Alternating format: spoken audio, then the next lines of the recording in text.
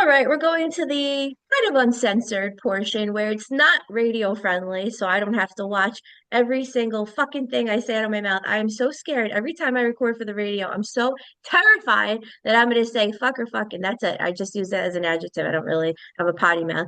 I don't even say the word potty mouth. And then every time I say a curse word, which happens very rarely, or someone does, Mark screenshots it and sees me going, because I am beyond panic. So now I don't have to panic. So we are back with Tina Irwin. You know what's going on. This is a continued portion. So we were just talking about spiritual law, as you probably know, because you were listening to the other part. I know you're listening.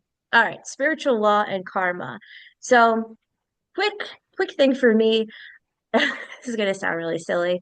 I like to say things in a silly way, though. It amuses me. So I have one person that is just very annoying. I guess it's like a charity. I'll just talk to him sometimes, and that I guess this sounds so horrible, but he wants to talk to me. I can't stand him. He's just so annoying. I'd rather be doing other things, or I have all these other things to do.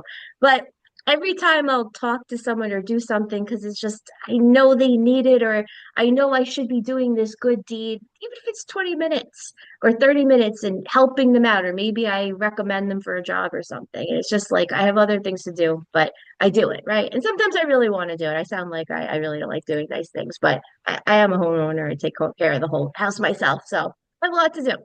Now, I've noticed the point is every time I talk to one person specifically who's so grateful to talk to me, and a lot of times I'm talking him off the ledge, I get an opportunity. Like the second I hang up my phone, I have all these texts offering me jobs, film jobs, some type of something good happens. So I'd like to ask you, are there ways that you can enhance your luck or karma in this life and, simple good deeds that you can do as simple as speaking with someone, speaking life into them when other people are not speaking life into them? I would use two key words. One is gratitude, and the other one is generosity. Okay. Actually, I was looking at Instagram last night, and this one guy said, "The more generous you are, the happier your life." And sometimes generosity is simply some moments of your time. I have a client I've worked with for 2 years. She is every day she's facing bankruptcy, and she's in a horrible, horrible situation. And so I I can't spend quite as much time with her because I'm pretty much swamped quite a bit. Hmm. That's a good thing. But sometimes when someone is alone inside of themselves, just 20 minutes of kindness, of listening to someone, they're not necessarily asking you to solve their problems, although I do get that. Can you tell me Hmm. my can you tell me it's all going to be better? And this is a spiritual law in action. Every single time I have to remind her, I do not tell futures. That is a Oh, violation of the law. I oh, cannot tell you how it's going to work out. I can tell you to have faith, to interesting. continue your spiritual practices. You're creating an energy wave with the prayers and the good work that you're doing. And that brings it back to your example.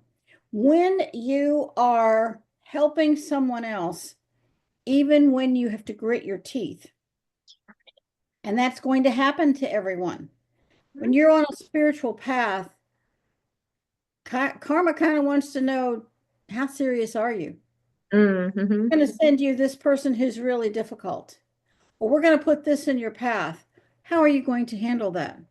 Mm. What's generosity look and feel like? The more generous you are, and then that doesn't mean that you're irresponsible. It's not that. Keep your investments going and your savings going, but remember the charities. Look out for the people who, and I saw this happen ironically in with what happened in North Carolina last September. It hit my brother. I'm part of several different healing groups in North Carolina, and we share information, and then we share it with all these other people who want to know. Some of them were hit so hard. And right now, there's not a lot of trust in charities. And we've been donating to Samaritan's Purse because we had some issues with some other charitable organizations having the CEOs make $500,000 a Yeah. year. That's a little bit excessive when these people are starving to death and they can't even find the dead.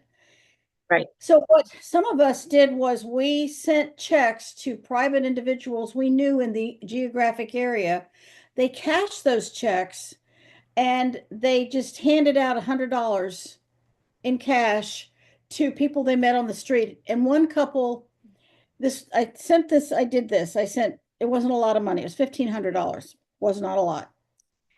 Sent it to this woman and she took it to the bank and she didn't have $1,500 in her account, so she couldn't cash the check.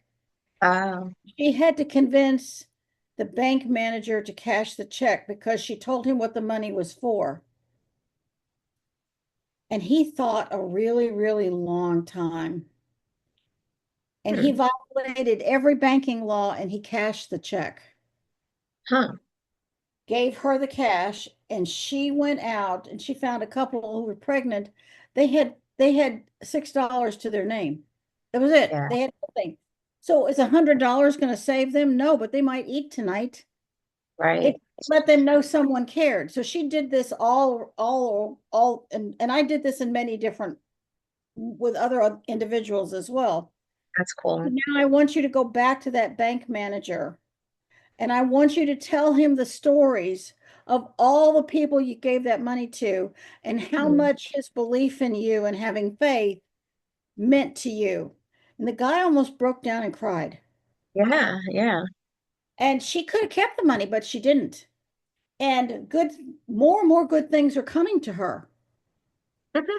And and when you have a great deal and you're sharing it, whether it's information, it's your time, or it's physical money, they're all forms of energy. So when you're sharing your energy, and that includes prayer, let's say, well, I don't know who I would send money to, send prayer.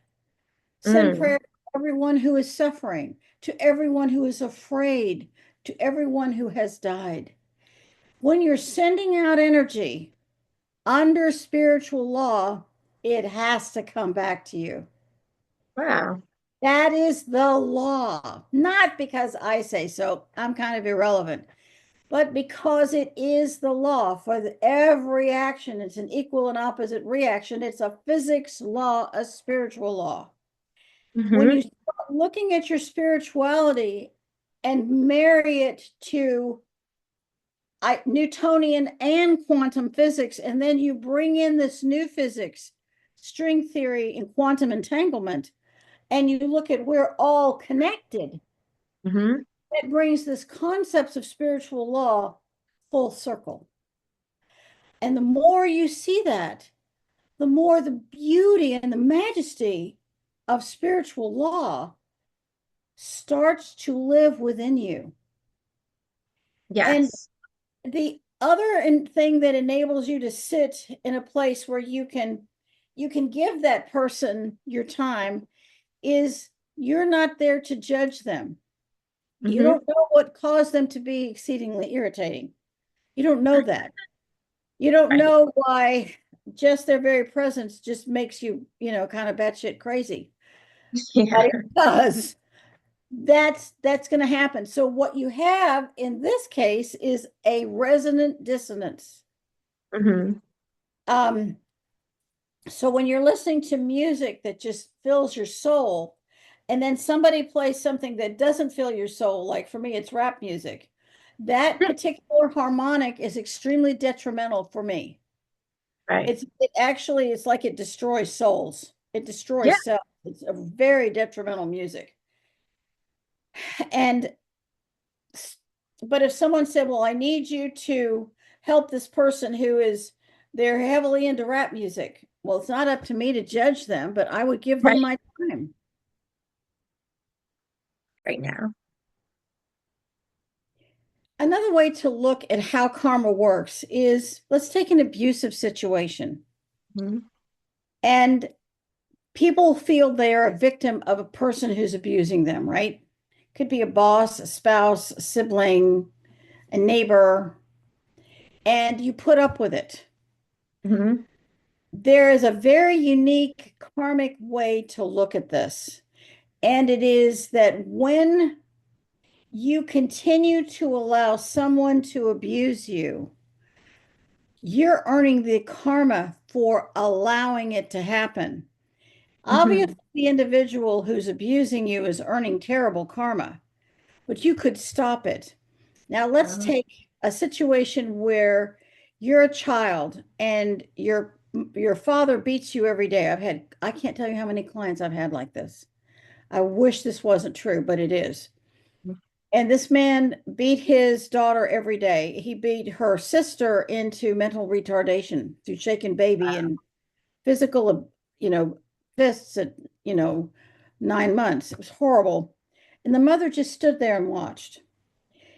The father earned horrific karma for doing what he did,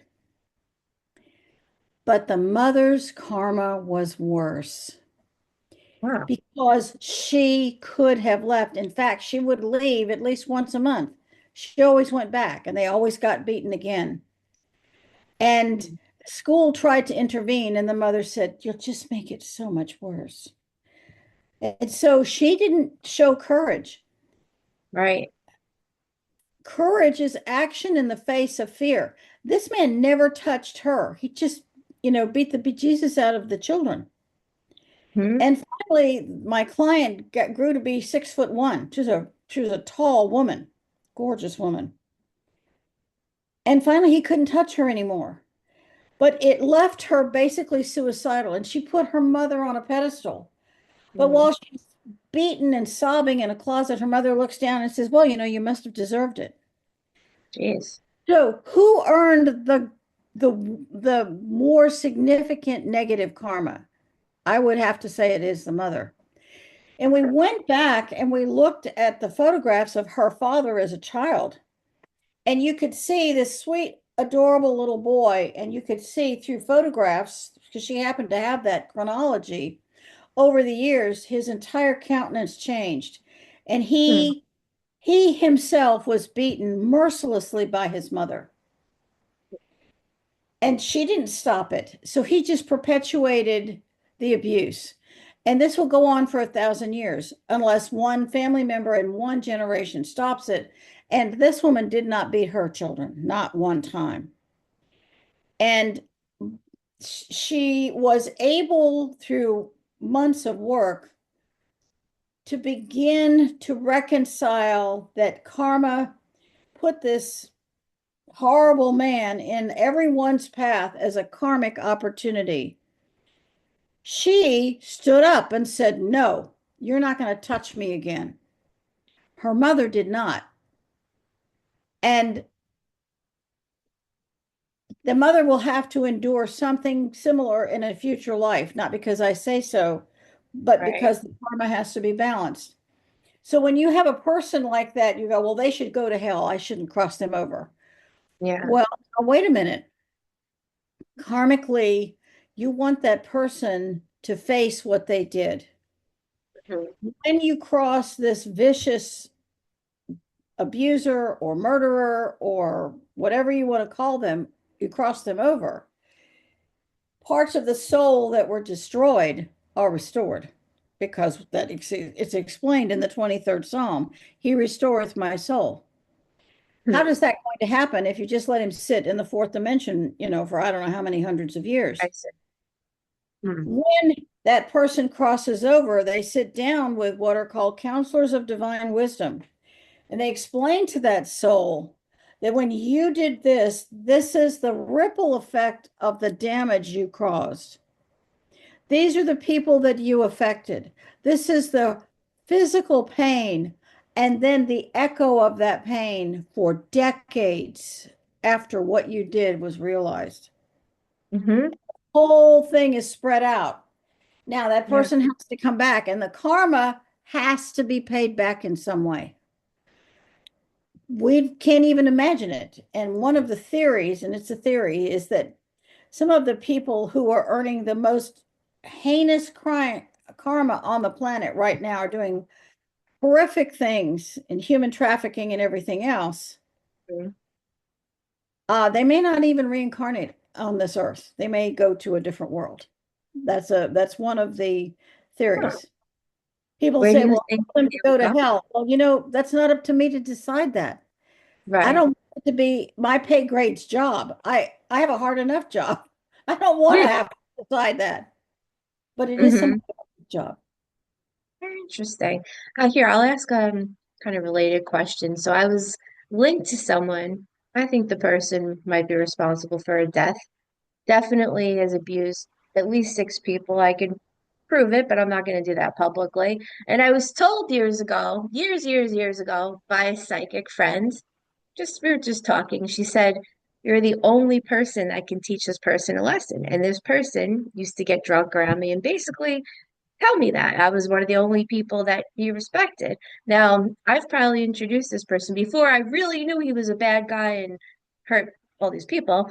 Probably 100 people given opportunities. But as soon as I found out, oh, the rumors are true, I think this person has hurt some people. And the day before I found out about one person's death, a Friday, I just had a feeling, premonition, something about someone that I think he's hurt. And I was like, oh, I really think that that was true. And my radio show started playing. I don't listen to my own radio show, by the way. I don't listen to this usually, almost never. I was listening to something else. The only show about abuse by Kayla Marriott. She made a whole video about, women being abused.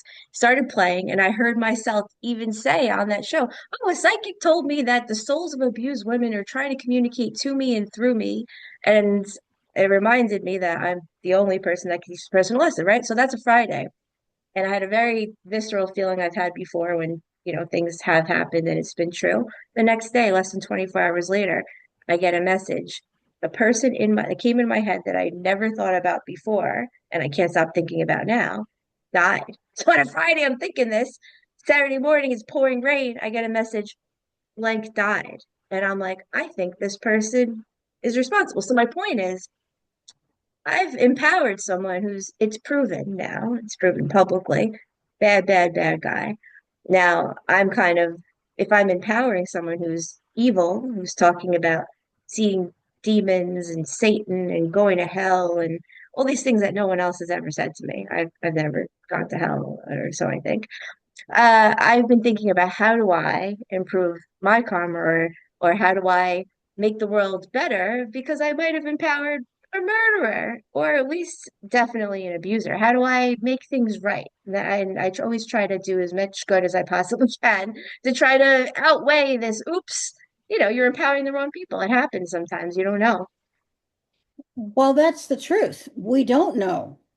I I don't know if you can go through life and not have crossed paths at some point with someone who's killed someone, a murderer. It's Sure. happened to me several times. I didn't know at the time that they were a murderer. I had no Hmm. idea. And you'd say, well, aren't you psychic? Didn't you feel it? Not necessarily. It's I a did. it's a kind of an illusion to think that all psychics are all knowing. Oh, for heaven's sake, that's just not true. Yeah. You may have a feeling, but it can be really vague, or you don't have a feeling at all. A lot of Hmm. these people are severe character disorders and or schizophrenics. They Hmm. know how to manipulate and manage people. And Yes. before you beat yourself up about this, Hmm. I would offer that you I would offer you to forgive yourself. And you've already made a vow that you are living up to do the Hmm. best you can and to do no harm, which is a spiritual law. At first Yeah. law, do no harm, do no harm. And I think that that was one of the things that has really, really bothered people with what happened with COVID in the medical profession. They took an oath to do no harm. As Yes. a practitioner, I didn't take some magical oath. I just know that that is the law. Right. But a physician did. Hmm. To knowingly do certain things and to deny access to certain healing modalities that is incurring karma for each of these individuals. Again, not because I said so, but because they violated their own oath of office, their own oath of profession. And Right. again, how that carries with it. And many of them feel guilty of Hmm. the things they did. And guilt seeks punishment. So they create their own karmic ramifications with the guilt that they have.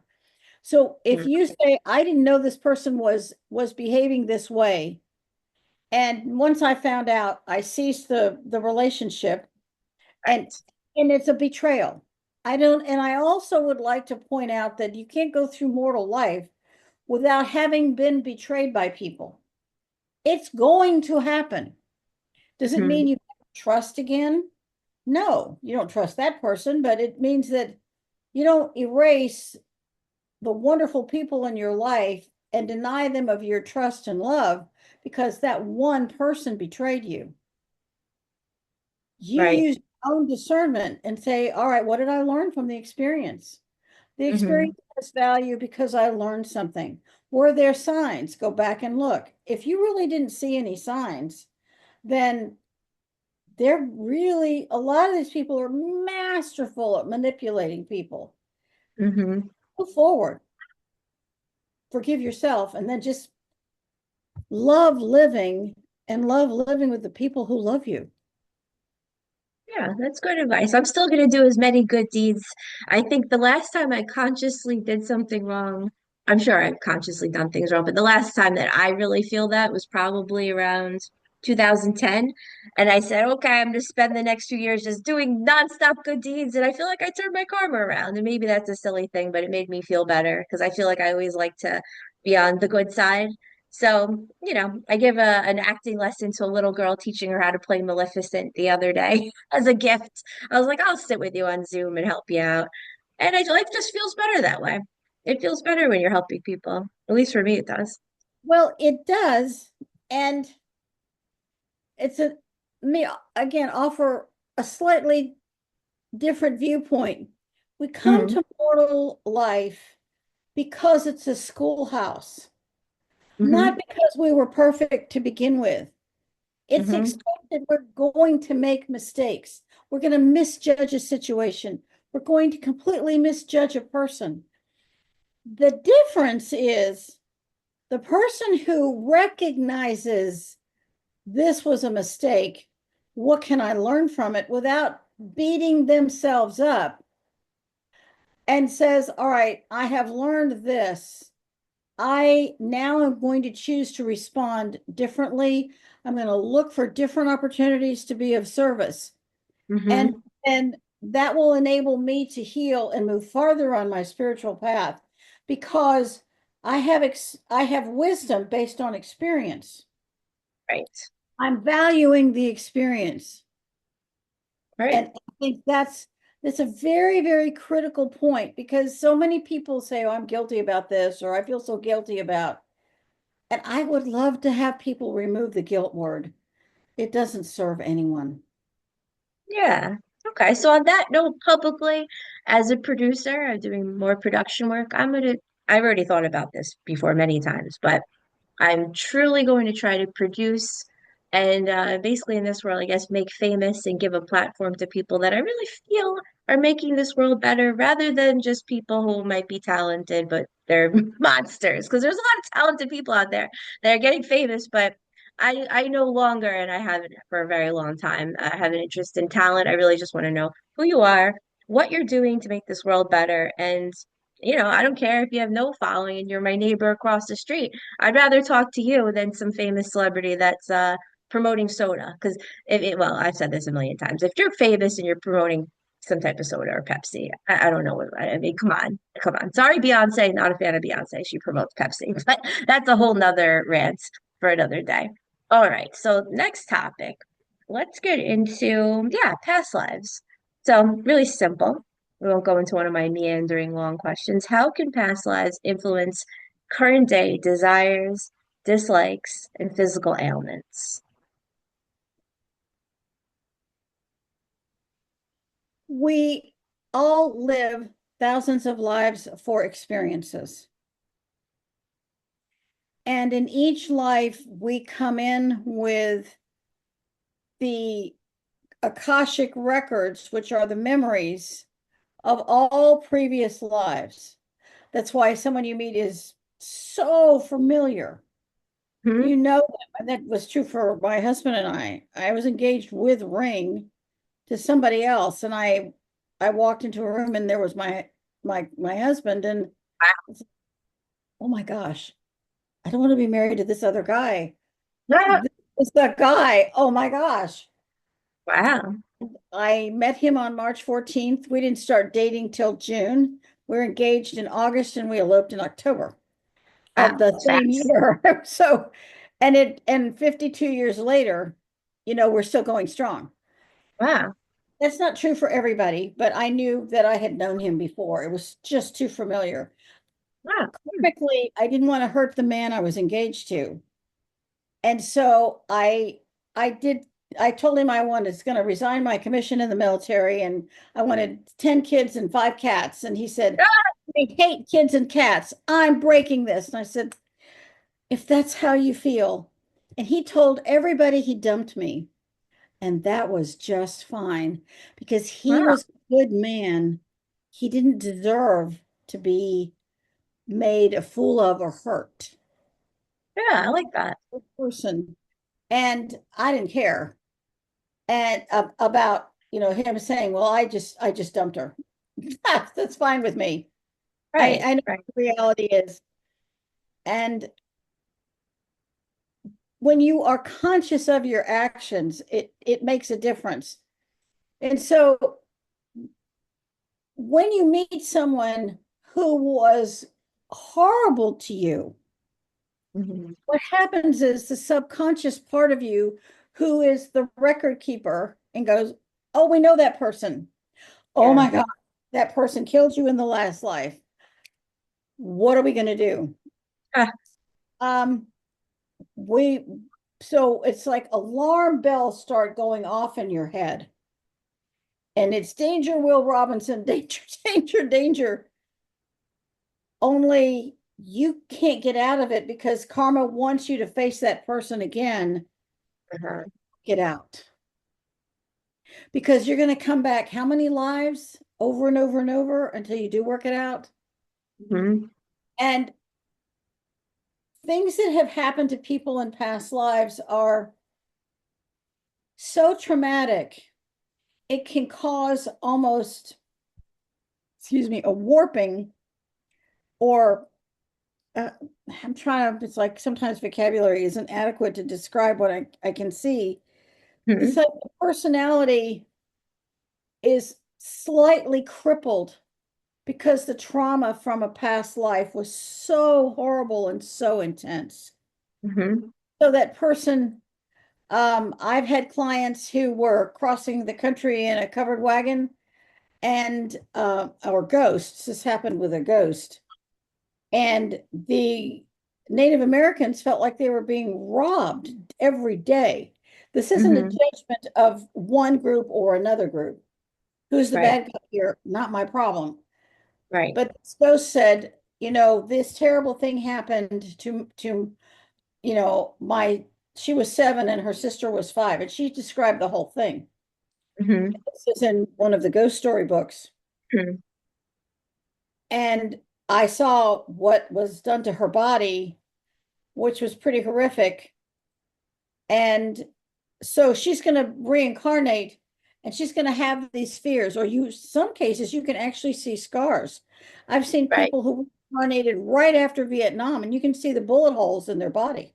You can see Yeah. that like where there had been bullet holes from a past life. So, or if you had a past life where someone brutalized and raped you, you're going to have a really hard time trusting men. A Hmm. really, really hard time because your subconscious says, danger, we can't trust anybody. We can't trust Right. anybody.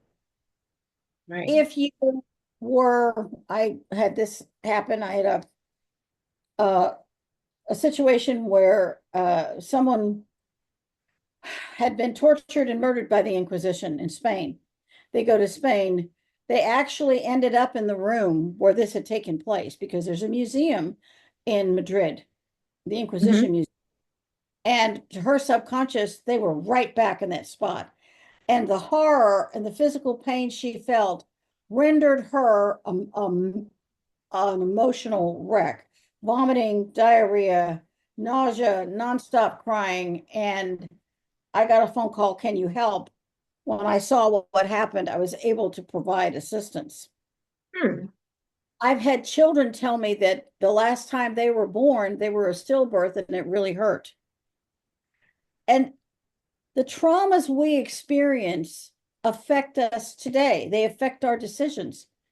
I mean, I grew up in the 50s and the 60s. I'm just pretty ancient. So, in during that time in the 60s, World War II had only been over for 15 years. Think about Right, it, 1950, right, right. 15 years since the end of World War II. All these baby boomers had all these kids who had just died in World War II. And the Vietnam War, they didn't want any more war. They had just finally survived and come back. They didn't want to do it again. Right. I could, I didn't understand how I knew this, but I could clearly see all of these very, very angry men. Were they unpatriotic? I just think they couldn't face any more war. Hmm. Tired of war. They just died. They wanted to have a happy life. They wanted to go to school. They wanted to fall in love. Hmm. And it was fascinating. I mean, the decade from 1960 to 1970 was an absolutely horrific decade. I can remember saying, when is this decade over? It's so horrible. Huh. And so much death, just so much death delivered to your dinner table when you were eating supper every night on the news. And now we're in a position, an awful lot of people have come back. This is a very powerful time. Hmm. And when you embrace the concept of reincarnation, because if energy is neither created nor destroyed, we had to come from somewhere, we're going to Right. go somewhere, and that cycle is just going to continue. If that is in fact the case, and it is true, then what we're looking at is, if something happened to you in a past life, do you need a regression to find it? Maybe not. Maybe what you can say is, I don't know what's causing this irrational, unnatural, illogical fear, but I need to take it apart and figure it out. And maybe you can find a good spiritual practitioner who will do that. Hmm. And the subconscious is supposed to keep you safe. But now you have this push me, pull you. The subconscious wants to protect you from being hurt again. But you need the experience so you can make a different choice. Hmm. People think, well, if I had it to do over, I would. Well, dude, I mean, you got it to do over again and again and again. You stop and think carefully before you do or say something. Edit what you say before you say it. Hmm. Think about how it's going to affect someone. And when you stop, take that extra second and think, you might be processing something from a past life in a nanosecond that will enable you to make a different choice this life. Does that make sense? Yeah, definitely. I feel like I try to do that. I keep this in one of my 40 thoughts that I hold. There are usually three thoughts at the same time, it seems like. And I think, all right, let's try to make this life and do the right thing, going by, I guess, my own laws, which seem to kind of have a lot in common with the spiritual law. Who knows? Maybe I had a knowing somewhere. Hey, this is really what's right and this is what's wrong. Now I want to backtrack a little bit. You had said that a psychic's not supposed to tell you what's going to happen, right? You said that they can give you faith, but they shouldn't tell you what's going to happen. So here, let's see what you think about this. I had at least, I want to say three psychics and a couple people just that I guess that are intuitive, and they all said right around age 39, 40 certain things would happen. And I just turned 40 in September, and the things that they told me had happened and are happening, and things are ramping up as they told me. I don't know. So what do you think about that? Like maybe I made it happen, or maybe I mean, I've had even someone from, I'm sorry, even someone from my late 20s that told me when I'm 40, this is going to happen. It's all happening. That's a very interesting concept because there are two two situations here. When the reason someone telling you your future is problematic Hmm. because the soul can inadvertently create the reality. Hmm. These people said it's going to happen, therefore it must be true, and it acts like a directive and you create it. Is that Hmm. right or wrong or good or bad? I don't know. Would it have happened anyway? You're never going to know because Right. you don't know the difference between a created reality and what would have happened anyway. And maybe you don't care. Maybe it doesn't matter. But I had a reverse situation with an individual with a towering talent. 5 psychics saw the same future. When Hmm. was the last time 5 psychics saw the same thing? Me, probably 20. Okay, Yeah. it was Over and astounding. over. Hmm. And not a single thing happened. Oh, wow. And I point that out because uh, this person would have become the next Steven Spielberg. That's the level Interesting. of talent, the level of writing and composing and understanding the entire process and one endless vision after the other. And absolutely, it was a life of hell. Not only did those things not happen that they all saw, and these were very, very, very reputable people. Hmm. Um, I kind of wish they hadn't said anything because this Hmm. person did a staggering amount of spiritual work to clear the decks and to clear it out of the way, and it still didn't happen. And that's actually pretty unusual. Your situation is more the norm. His was extremely unusual, but it's possible that what he would have done the earth wasn't ready for, or whatever was going to happen, Hmm. the timing was wrong. And this is the thing about someone telling a future. We have virtually an infinite number of future because math is infinite, so it's a numbers issue. Hmm. We have what a psychic sees are probabilities. This is the most probable outcome, Hmm. unless something is so powerful because it already exists in the future. That's true with Jean Dixon. I'm not know if you're familiar with Jean Dixon. She was a very famous psychic in the 60s. And Jean Dixon warned Jack Kennedy, don't go to Dallas. They're going to kill you. I've seen it over and over and over. Don't go. Wow. She begged him not to go. Wow. That action already existed in the future. That's my personal theory that that action Right. exists. And Right. she felt horrible because she couldn't stop him going. Interesting. So she could see it happen. Same thing happened with Lincoln. There was a several psychics, and Lincoln himself saw his future, Hmm. that he wasn't going to live much longer after the end of the Civil War. The end of the Civil War was in April of 1865, and Lincoln died, a couple weeks later. I mean, it was so fast, and it was devastating to the South because he would have managed Reconstruction better. I mean, I grew up in the South, Right. and the legacy of Lincoln's death lived on because of the devastation to the South after the Civil War. Hmm. Whether that's right or wrong, it was a devastating time to a section of the country. Lincoln was compassionate. He would have Hmm. done a better job at bringing the South back into the Union and uniting the country. That was my point. Um, Interesting. so when a psychic sees a premonition, and it's happened to me, Hmm. I saw one with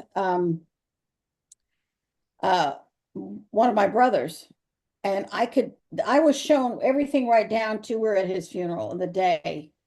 I mean, Wow. it was jaw-droppingly specific, but it's like spiritual law, you can't buy it, you can tell him his future. So what I Hmm. did was I called him and I said, how are you feeling? And he said, oh my God, I feel so weird. It's the strangest thing. I feel like death is coming.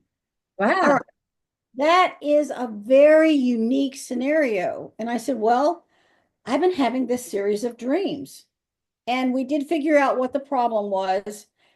We Hmm. changed, and that was in 1988, and he's still alive today.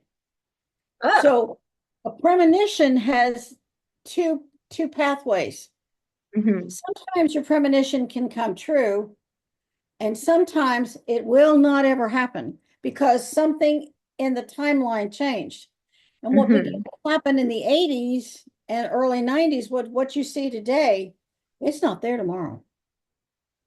The things have accelerated.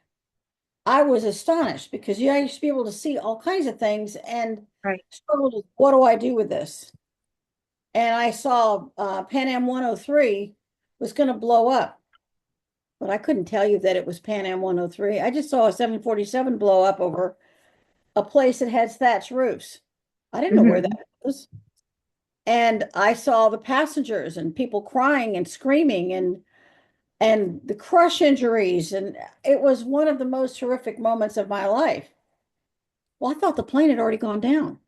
I didn't know that my January premonition wasn't going to happen till December 14th. On I guess it was 1988. I think that's when it was, whatever the year was. Hmm. And yeah, it was 88 because I was still in Norfolk when I had the premonition. It's I interesting. felt bad that Continue. Continue. I couldn't stop that plane from crashing, but those people weren't dead when I saw them. They all had another 11 months to live. It was horrendous. Yeah, I'm going to go back to the planes crashing. That's actually my next question. But really quickly, you said sometimes you see things, or you said a psychic had seen something happening, but it already happened. So someone was reading me and she said, this is going to sound really stupid, but you do your radio show, but you're going to have a podcast, your own thing about farmers are farming and like connecting farmers. And I said, no, that's actually something I want to do. And it's one of my plans. And even as a kid, my grandparents asked me, what do you want to be? And I said, I want to be a farmer. Everyone's going to call me Farmer Jet. Also dermatologist and stand-up comedian. Those kind of came through on. But anyway, the woman said, she said, it's already happened. She goes, no, no, no. Wait a second. It's already happened. So that's it. This is going to happen. Trust me, you're going to have this podcast connecting farmers and farming about farming. And she said, someone possibly in California will see it. And they're like well known. They have a big platform, famous, and they're going to help you. No, so that's one thing that was told to me that it's already happened. So it's on the radio. It's, I said it out loud. We'll see, right? I like to do Right. little tests like that to see. We'll see. Who knows? Who knows? And I think that when you can understand that premonitions are different and unique there's a difference between a premonition and telling a future. If Mhm. you have a premonition as a psychic, you got to figure out what to do with it. Do you do anything with it? Do you stop it? I had a premonition that my husband was going to ride a submarine as an inspector, and I said something terrible is going to happen. I don't know what it is, but you need to be really, really careful. Mhm. Sure, devil, something terrible happened, and so did I create that reality? This was back in Right. the 70s. And then the next time he said, are you getting anything? I said, yeah, something wonderful is going to happen. You're going to do something on the submarine. I don't know what it is, but it's going to make a big difference. And Hmm. he saw a navigation error that saved the submarine, and Oh, he wow. got a medal for it. And then the third time he was going to ride a submarine, he said, what do you feel? And I said, have a great trip. I got nothing. Interesting. Interesting. So we have 4 minutes left. So I'm going to go back to past lives a little bit and the planes. So speaking of past lives, I was just talking about this with my mom the other night, and she was retelling me how she used to constantly have dreams about planes flying into buildings and seeing injured bodies scattered everywhere. She also had dreams that she was on a plane, but it never took off the ground. And then I'd say about 10 years ago, we went to a group psychic reading, and psychic said she was a pilot in a past life. Okay. And she said the dreams about the planes going into buildings, just like 9/11, stopped as soon as 9/11 happened. So I'd wonder your thoughts on this one in our last Yeah, 3.5 minutes. it's a premonition of something that's already happened, something that had already happened in the future. It was already going to take place. Ah, And okay. um, so we used to think time traveled in a straight line, Hmm. but Einstein proved that time doesn't travel always in a straight line. It has eddies and pools and loops, and it can travel in a variety of ways. So maybe if time had a loop, this already took place, but because you're traveling, you run into seeing it. Excuse me, however the loop was. And Huh. Huh. seeing something, it was funny, in the 90s, I had this recurring premonition that this massive tidal wave was coming. And water represents the subconscious. So something terrible was coming. And Uh, all people who would pay attention to my warning them would be safe. Nothing could harm them. But the hmm. people who wouldn't listen, who didn't believe me, they were all going to perish. Hmm. And I I realized that that actually happened in 2020 and 21. Oh, interesting. With like some of the things you're not supposed to talk about on the internet. Right. Some of the things Maybe that, it rhymes with ouchie. yeah, yeah, yeah. Be very careful what you hear and what you believe, because it's like someone had prepared me. If they can hear you, they will continue to live without illness. If they don't believe you or they can't hear you, and I didn't know what it was. I knew Hmm. it wasn't a physical tidal wave, and it was a wall. I mean, and it was massively devastating. And looking at the number of people who have been devastated, I mean, one hospital had 21 stillbirths in 1 week. Wow. That was Recently. this was about 2 years ago. Wow. Wow. Pregnant Yeah. women were given certain advice, and one hospital they nearly went nuts. They said the devastation to the nurses with dead Mhm. baby after dead baby after dead baby was having a catastrophic effect on the staff. You're supposed to Right. bring to the world, not deliver death. Yeah. So it's be very So interesting to see where the world goes. And I wrote a health guidebook. That's pretty much why I do media. I said that to you before we started. But my plan since 2010, we'll see if that comes true, was by 2030, I feel like I'll be able to talk about natural health again without fighting with people. So I kind of plan to do that 2028, 2030, going back to less media, less acting, and a lot more health work. We'll see. We'll see if I can get through to people because right now it's very difficult. I mean, just fighting them over Ozempic and alcohol, they're so brainwashed. We got 20 seconds left. I'll let you close out. if you're interested in some of the things I'm talking about, Past Lives and Karmic Ties is a great book. Soul Evolution is a wonderful book that helps explain a lot of this. Karma and frequency also do. My website is ghosthelpers.com, and any service that you do for another is wonderful karma. And thank you